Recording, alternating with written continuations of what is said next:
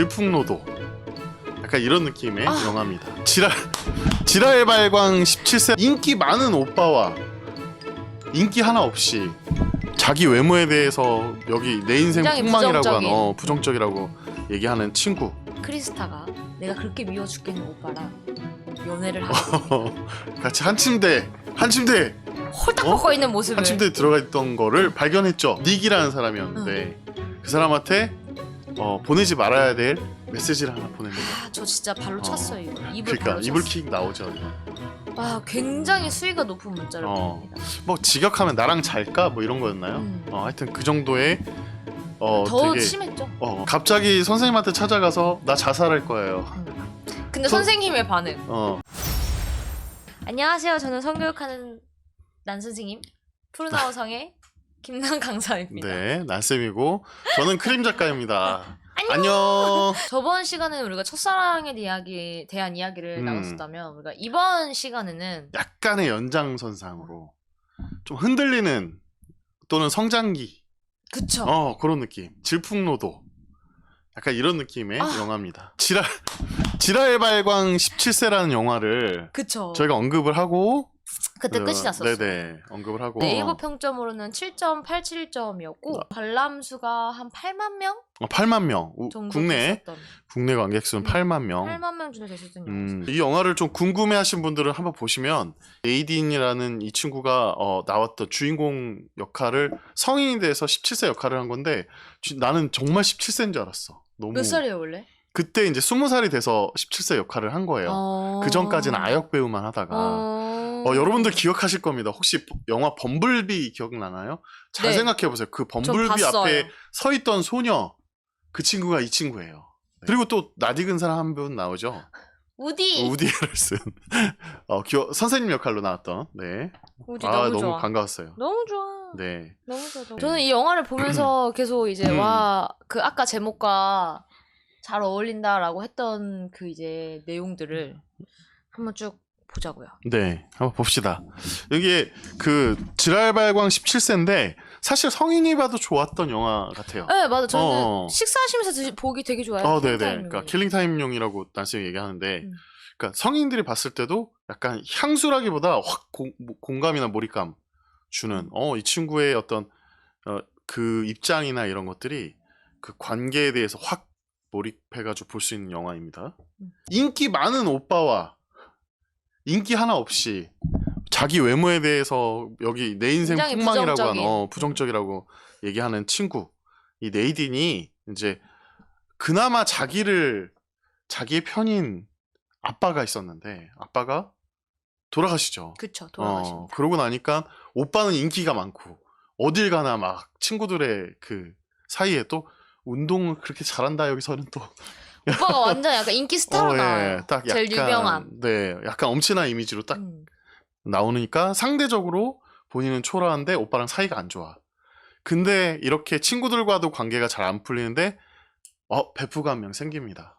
근데 사이가 안 좋은 이유 중에도 하나가 엄마가 오빠를 많이 좋아해요. 그렇지. 오히려 아빠가 돌아가시고 나서 더 오빠에 대해서. 그러니까 아빠가 딸이랑 더 친했고 엄마랑 오빠가 더 친했는데 아빠가 돌아가시고 나서부터 이 친구가 더 소외감을 느끼고 그렇죠. 그러다 보니까 더 약간 많이 흔들리고 있는 상황인 거죠. 그런데 일단 이 친구 유일한 친구가 생긴 거죠. 크리스타라는 친구가 네. 있죠. 네이딘이 좀 이제 왕따를 당해요. 네, 그런 상황 속에서 크리스타가 먼저 와서 말을 걸고 둘이 굉장히 친해집니다. 네. 그때부터 그게 막 둘도 없는 세월이 막 흐르면서도 계속 절친이. 맞아요. 그래서 없는 이제 친구가 되죠. 네네, 둘 다 17세가 되는 거죠. 크리스타가 내가 그렇게 미워 죽겠는 오빠랑 연애를 하게 됩니다. 같이 한 침대에 홀딱 벗고 있는 모습을 한 침대에 들어가 있던 거를 발견했죠. 발각을 했어. 그때부터 네이딘이 이제 이 배신감에 분노감에 휩싸이면서 되게 오만 가지 감정이 들었을 것 같아요. 그러니까 둘의 사이가 틀어졌죠. 내가 그렇게 싫어하는 오빠한테 내 베프 친구가 여자친구라고? 그 느낌 뭔가 뺏긴 듯한 느낌도 들었을 거고 유일하게 있던 내 편이 뺏긴 느낌. 네. 그마저도 오빠한테 다 가지고 있는 오빠한테 간 느낌 뭐 이런 것들이 막 복잡했을 것 같아. 거기 대사에서 막 어떻게 네가 오빠를 사귀냐? 저런 쓰레기 같은 애를 뭐 이렇게 나오잖아. 그 자기 평상시에 오빠에 대한 그 감정을 아니까 왜 작가님은 그거 안 돼요? 아, 모르겠어요. 나도 이 감정은 잘 모를 것 같아요. 내 친구랑 나한테는 이렇게 이성의 어떤 그러니까 성별 가족 중에 나는 형제만 있었다 보니까 이 느낌이 뭔가 궁금했어요. 그리고 아까 난쌤이 막 소유에 대한 이야기를 했잖아요. 그러니까 나랑 정말 친한 친구인데 어느 날부터는 쟤랑만 얘기하고 둘이 막 귓속말 너무 하고 서운해. 아 그게 서운해. 되게 큰 거죠. 엄청 서운해요. 더군다나 이 나이 때는 더 그럴 것 같아. 너무 서운하죠. 음. 그래서 이 친구 네이딘과 크리스타가 사이가 급격하게 이제 안 좋아지면서 그쵸. 그 일로 인해서. 네이딘이 굉장히 갈피를 못 잡다가 또 이제 브루너 선생님과 얘기 재밌어져요. 맞아요. 얘기를 많이 나눕니다. 갑자기 선생님한테 찾아가서 나 자살할 거예요. 근데 선생님의 반응. 하든가 말든가. 그래. 해라. 약간 그런 일을 많이 겪었던 것 같은 그런 느낌도 그런 좀 느낌, 있고. 그런 느낌이고 요때 이렇게 저돌적인 아이들에 대해서 대하는 방법을 아시는. 네이딘이 막 중간에 막 대머리라고 놀리거든요. 네. 근데 타격감 제로야. 그냥 그래. 맞아. 대머리 놓쳤고 약간 너무- 이런. 그러니까 이 네이딘이 유일하게 가서 자기 마음을 막 털어놓을 존재가 하나 생긴 거예요. 그러면서 이 크리스타가 또 계속 감정의 동요가 큰 일들이 생기는데 제가 생각했던 거는 이제 어쨌든 크리스타가 마음을 좀 열고 오빠랑 친구가 사귀는 걸 처음에는 인정을 하려고 노력을 하면서 파티를 따라가잖아요. 근데 파티를 거기를 데리고 따라갔다가 갔다가 이제 어떤 친구가 자신의 친오빠와 자기를 비교하는 너무나 멸시하는 듯한 말을 듣고 이 친구가 집에 돌아와서 그때부터는 더 감정적으로 완전히 그쵸. 그러니까 더 좋아지려고 했던 자리가 오히려 더 격정적인 갈등을 만들어내는 막 이런 대사가 나오는 그런 게 있죠. 그쵸. 이런 어떤 혼란과 방황, 갈등이 딱 생기면 사람이 약간 아씨 나 삐뚤어질 거야. 어긋날 거야. 막 이런 거. 그 삐뚤어짐의 최고봉이 저는 그거라고 생각해요. 이 친구가 이제 그 둘을 만나기가 싫으니까 엄마가 학교를 데려다주고 데리러 오고 하는데 데려다주는 길에 이제 그 친구가 나왔으니까 자기가 안 내리겠다고 버티는 거죠. 그래서 엄마가 열받아가지고 애를 데리고 회사에 데려가 버립니다. 학교에 안 내려주고. 근데 거기서 이 네이딘의 행동이 저는 거기서의 행동이 너무나 제목 같다. 이 친구가 마임을 막 하거든요. 그치. 자기가 총을 입에 쏴서 죽는 마임을 해요. 엄마 앞에서. 엄마 앞에서. 와, 쟤 진짜 대단하다. 그 친구가 차키 들고 운전해서 도망가잖아요. 그쵸. 차를 몰고 무면허로. 엄마가 더 웃겨. 경찰에 신고한다 그래. 그치. 약간 그 관계를 보여주죠. 내 딸이어도 너 경찰에 신고할 거야. 약간 미국 스타일인가? 아니 저는 이걸 보면서 약간 미국 스타일이라고 느꼈어. 내가 처리하는 것보다 경찰서에 신고하는 게 더 빨라. 막. 이거 혼자 뭐 운전해서 가버리죠. 그렇죠. 그래서 이게 어떤 뭔가 나락으로 갈 때는 더 극단으로 가는 거죠. 그래서 아까 삐뚤어진다는 얘기한 것처럼 누군가의 대상을 찾죠. 돌아오기 힘든 수준으로 막 가잖아요. 그렇죠. 그러니까 지금 우리 또 네이딘이 실수하잖아요. 어떤 실수예요? 좋아했던 사람이었죠. 처음에는 그냥 동경했던. 약간 이렇게 그러니까, 이상형의 맞아. 그림을 만들어놨던 오빠였죠. 닉이라는 사람이었는데 그 사람한테 보내지 말아야 될 메시지를 하나 보냅니다. 저 진짜 발로 찼어요 이거. 그러니까 이불킥 나오죠 이건. 굉장히 수위가 높은 문자를 보냅니다. 뭐 직역하면 나랑 잘까 뭐 이런 거였나요? 하여튼 그 정도의 더 되게, 심했죠. 그런 걸 보내니까 그걸 받은 사람은 당연히 근데 그냥 되게 친더레처럼 했지만 계속 잘 대해주고 맞춰주다가 둘이 결국 만나죠. 그쵸, 만납니다. 그러니까 이 네이딘이 엄청나게 음란성이 있는 문자를 그 남자에게 이상형에게 보내려고 보낸 건 아니었지만 보내졌고 네. 근데 정말 또 무슨 운명의 장난인 것처럼 그 사람한테 다시 연락이 왔죠. 연락이 왔죠. 보통은 와서? 이제 여기 바가지로 날라와야 되는데 그쵸. 원래 차단당했어야 할 문자인데 그거를 오히려 대답해주는 거잖아요. 너 재밌다 만나자라고 해서 우리 이 네이딘이 너무 또 신나가지고 온 집을 뒤집어 놓죠.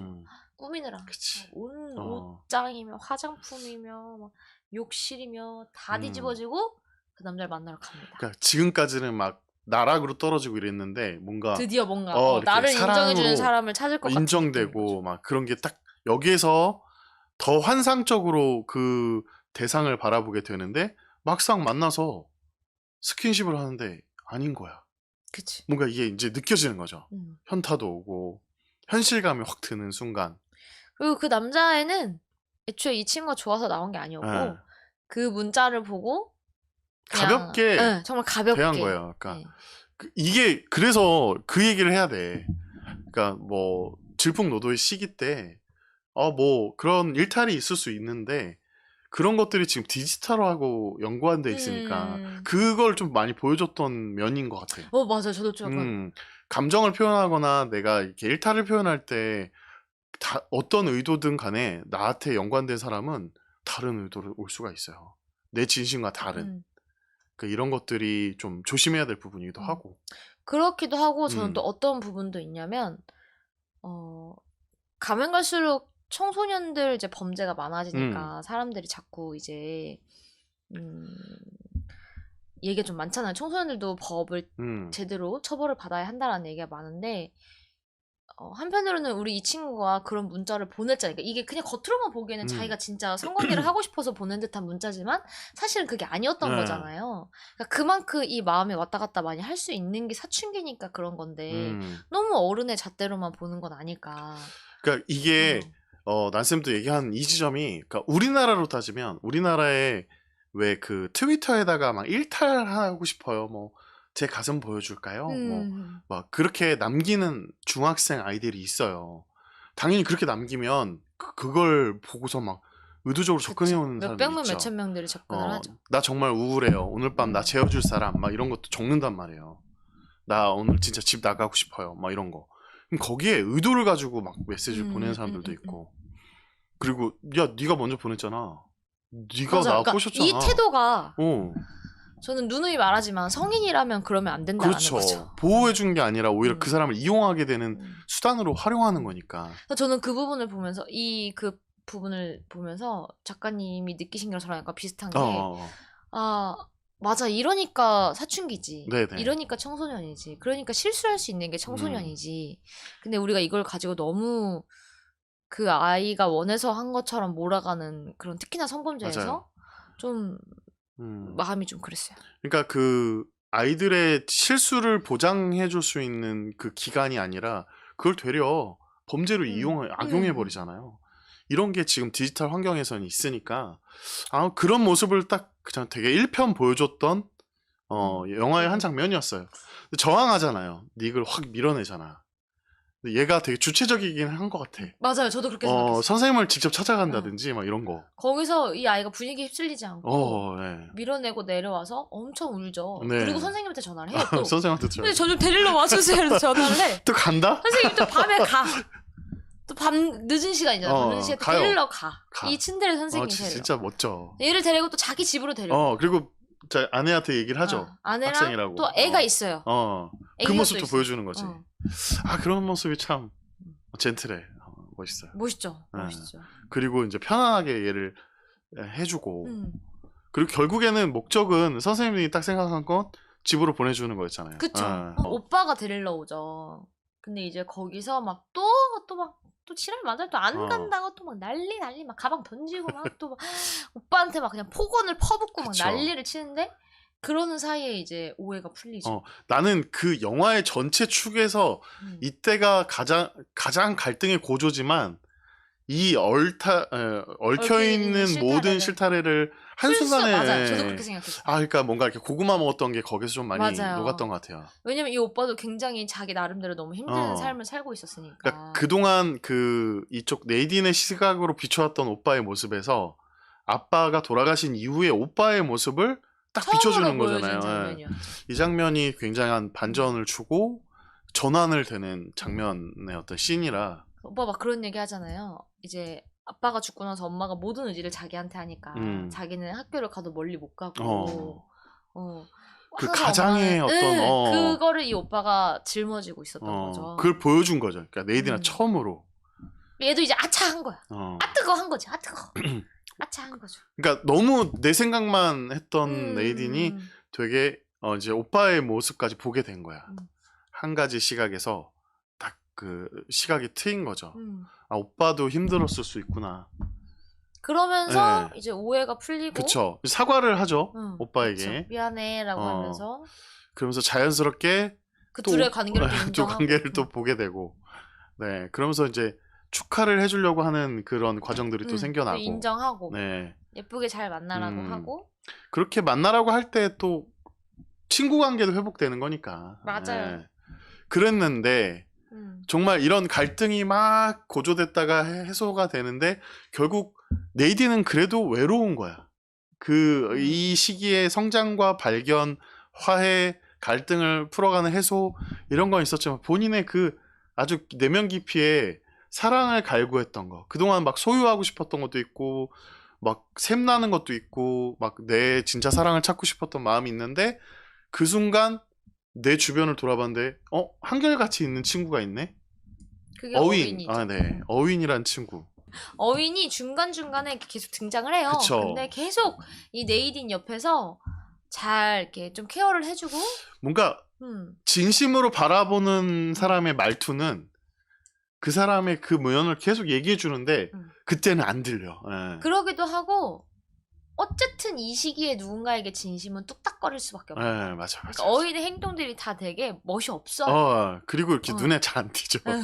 그리고 그게 멋이 별로 없어. 매력이 없어 보여. 매력이 없어. 그러니까 계속 네이딘한테는 어윈이 들어오지 않았어요. 근데 뭐였죠? 마지막에 집에 초대를 했나요? 아니면 어윈 집에 놀러 가서 집에 수영도 놀러 하고 가고 하는데 수영, 알고 보니까 되게 부잣집 아들내미고. 너네 집 좋다. 뭐 수영도 하고. 수영장이 막 우리 집보다 크고 막. 근데 그 정도로는 아직 네이딘이 마음을 열었던 것 같지는 않았는데 이제 마지막에 네, 이제 가장 그 마지막에 애니메이션 영화를 초대하죠. 시사회에 초대를 그걸 하는데 보고 근데 거기 간 거죠. 이제 약간의 나의 친구라는 음. 느낌으로 다가오는 거였고 호감이 조금씩 가고 그러다 거기 갔는데 영화를 이렇게 보는데 내용이 내 이야기. 내 이야기야. 나를 발견해주고 나를 탐색해줬고 이렇게까지 관찰했던 모습들을 막 감동이 막 들면서 어윈의 모습이 확 들어오는 거죠. 그쵸. 예. 둘이 사귀기로 하고 끝이 납니다. 그러면서 이제 막 어윈이 농담도 하고 다른 친구들한테 막 네이딘을 소개하고 뭐 마지막이 어쨌든 저는 그냥 성장이구나. 성장기에 그 성장의 과정을 누리고 있는 그리고 실수할 수 있는 그리고 누구나 겪어갈 수 있는 이런 부분에 어떤 맞아. 네, 그 바로미터였던 것 같아서 좋았어요. 그래서 그 감정의 맞아. 회오리 안에서 베프와의 관계 그냥 그 네이딘의 역할에 몰입했다기보다 그 상황에 막 그쵸. 오빠 가족들과의 관계, 엄마와의 관계 그리고 늘 갈등이 될 수도 있는 선생님인데 선생님의 관계. 되게 영화 보면서 되게 명언도 많았고 되게 함축적으로 보여주는 씬들도 많았고 그러면서도 사춘기를 이렇게 겪어가는 그리고 우리는 이미 겪어왔던 모습에서 지금 막 사춘기 자녀를 키우는 부모나 사춘기를 겪고 있는 그 즈음에 해당되는 우리 시청자분들은 어떤 생각이 들었을까요? 궁금해요. 네. 그래서 이거를 지금 사춘기인 친구들이 봐도 좋을 것 같고 이제 어머님들 사춘기 딸을 둔 어머님들이 봐도 네. 좋지 않을까. 저 정도 지랄은 그러니까 우리 딸이 저 정도면 기준이 되는 거겠죠. 되나 안 되나. 그러니까 뭔가 이렇게 그 시기를 이해할 수 있는 영화로는 괜찮은 것 같아요. 맞아요. 아까 킬링타임이라고 했는데 막 이렇게 몰입감이 막 계속 빠르게 전개가 되니까 재밌었던 것 같고. 자, 그러면 오늘 저희 성과 함께 지랄발광 17세 영화 리뷰는 여기까지 하고요. 오늘도 시청해주신 저희 시청자 여러분들 정말 진심으로 감사드립니다. 네, 좋은 저녁 되세요. 저희 갑니다. 안녕. 안녕. 야한 저녁 되세요. 좋은 저녁이야. 좋은 저녁이야.